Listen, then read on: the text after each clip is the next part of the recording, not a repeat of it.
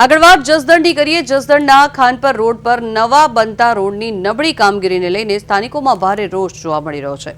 જ્યાં રોડ હાથેથી જ ઉખાડવા લાગતા સ્થાનિકોએ વિરોધ નોંધાવ્યો। સ્થાનિકોના આક્ષેપ મુજબ રોડના કામમાં ભ્રષ્ટાચાર થયો છે અને 5 દિવસ સુધી પાણી પણ ન પાયું હોવા સાથે મટીરિયલ પણ વપરાયું નથી। ઉપરાંત ડાયવર્ઝન આપ્યા વગર જ કામ શરૂ કરવામાં આવતા લોકોને મુશ્કેલીઓનો સામનો પણ કરવો પડી રહ્યો છે। તેમજ 4 કિલોમીટર ફરીને જવું પડે છે, જેના કારણે થઈને સ્થાનિકોએ સારો અને ગુણવત્તાયુક્ત રોડ બનાવવાની માંગ કરી છે।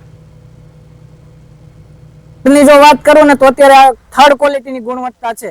અહીંયાથી અત્યારે કોન્ટ્રાક્ટર હોય કે સત્તાધીશમાં જે પણ જેની નજરથી આવતી હોય ને એની ઉપર કાયદેસરની કાર્યવાહી કરવામાં આવે અને આ રોડ ઉખેડીને નવો રોડ અમારા ખેડૂતોને આપવામાં આવે એવી અમારી વિનંતી છે। અને જો કદાચ આવું નહીં થાય તો અમે 24 કલાકની અંદર અલ્ટિમેટમ આપીએ છીએ કે અમે જસદણ બાયપાસ રોડ છે ચક્કાજામ કરશું, અહિંસક રીતે આંદોલન કરશું। અમે ગાંધી ચિંધ્યામાં રોડ તો ગુણવત્તામાં ઘણો ફેરફાર છે, તેમ છતાંય કોઈને કોન્ટ્રાક્ટર સાથે કે એની સાથે કોઈ મતલબ નથી, પણ વધારે પ્રોબ્લેમ તો જે રાહદારીઓ જે છે એમને ચાલવાનો વાહનનો।